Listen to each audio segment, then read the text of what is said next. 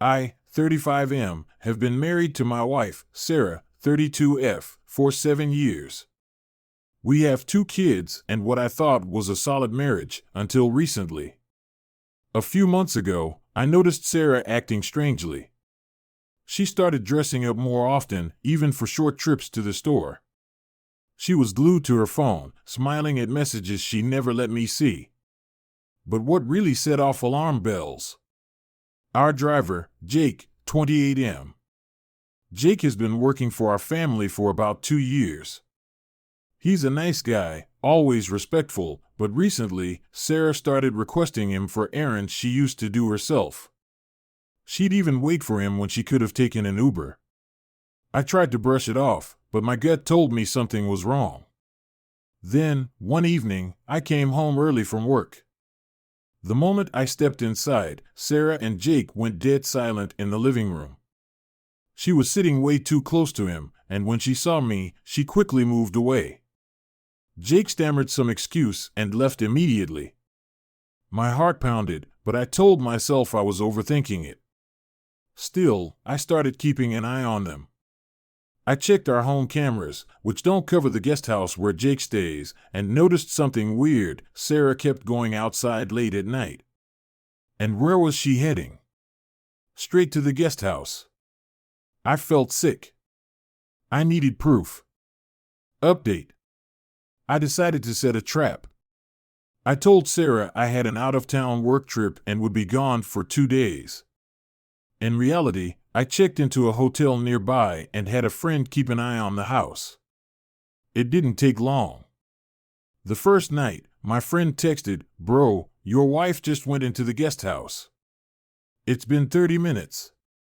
I rushed back home, my heart pounding. I parked down the street and crept into the backyard.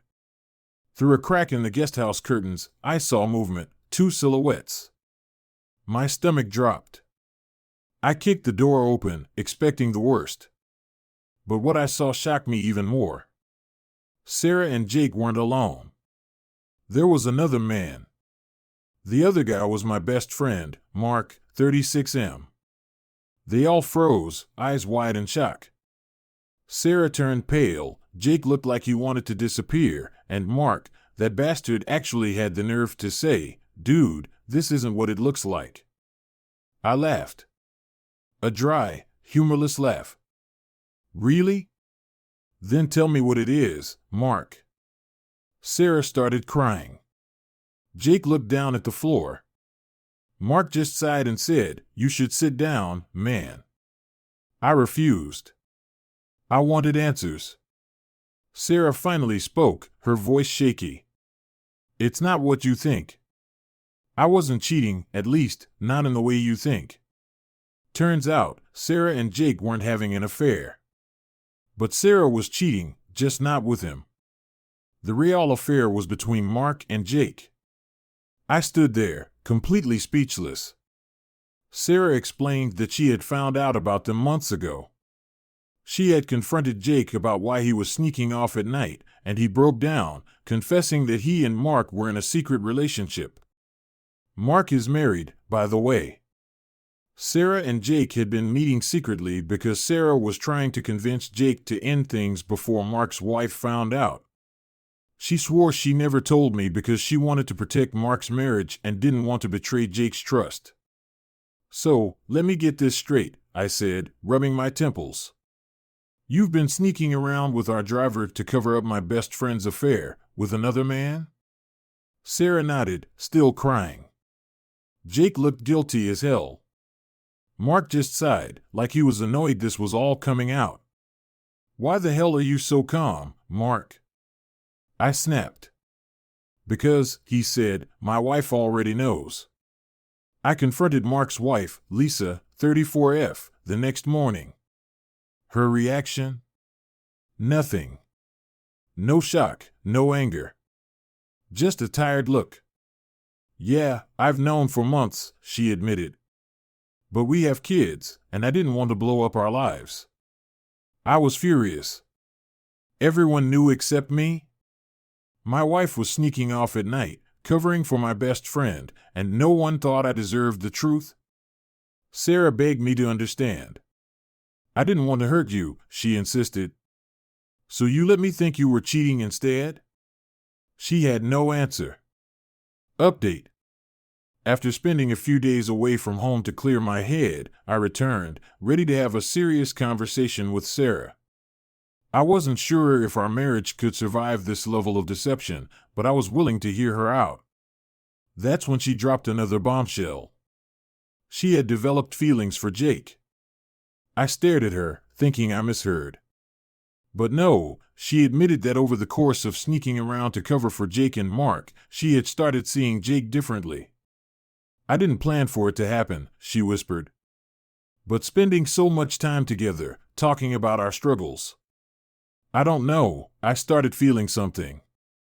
I felt like my brain short-circuited. Then she confessed something even worse. One night, after another heated conversation about Mark's affair, she and Jake kissed. Just once. It was a mistake, she insisted. We stopped immediately. It didn't mean anything. But I knew better. Affairs don't start with sex. They start with emotional connections, with secrets, with accidental kisses that just happened because someone let their guard down. I laughed bitterly. So while I was losing sleep thinking you were cheating, you were actually developing feelings for our driver? She burst into tears, begging me to understand. I love you, I swear. I don't want to be with him. But it didn't matter anymore. She may not have slept with Jake, but she had already crossed a line. A line I couldn't ignore. That night, I packed my things and told her I was done. I filed for divorce the next morning. Final update. Jake quit his job and moved out, but I later found out from a mutual friend that he and Sarah were still in touch. As for Mark, his marriage fell apart too.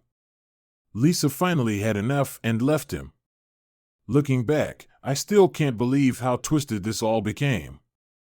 I thought my wife was cheating with Jake, and in a way, I was right, just not when I first suspected it. Now, I'm focusing on healing and moving forward. It's not easy waking up every day knowing the people I trusted the most betrayed me in different ways. The memories we built feel tainted now, like they belonged to a different life. Some betrayals are loud and obvious. Others creep in slowly, disguised as concern, friendship, or helping out a friend. Either way, a betrayal is still a betrayal. I lost my wife, my best friend, and my peace of mind. But maybe, just maybe, I found something more valuable, clarity. Because now I know exactly who was real in my life and who never was.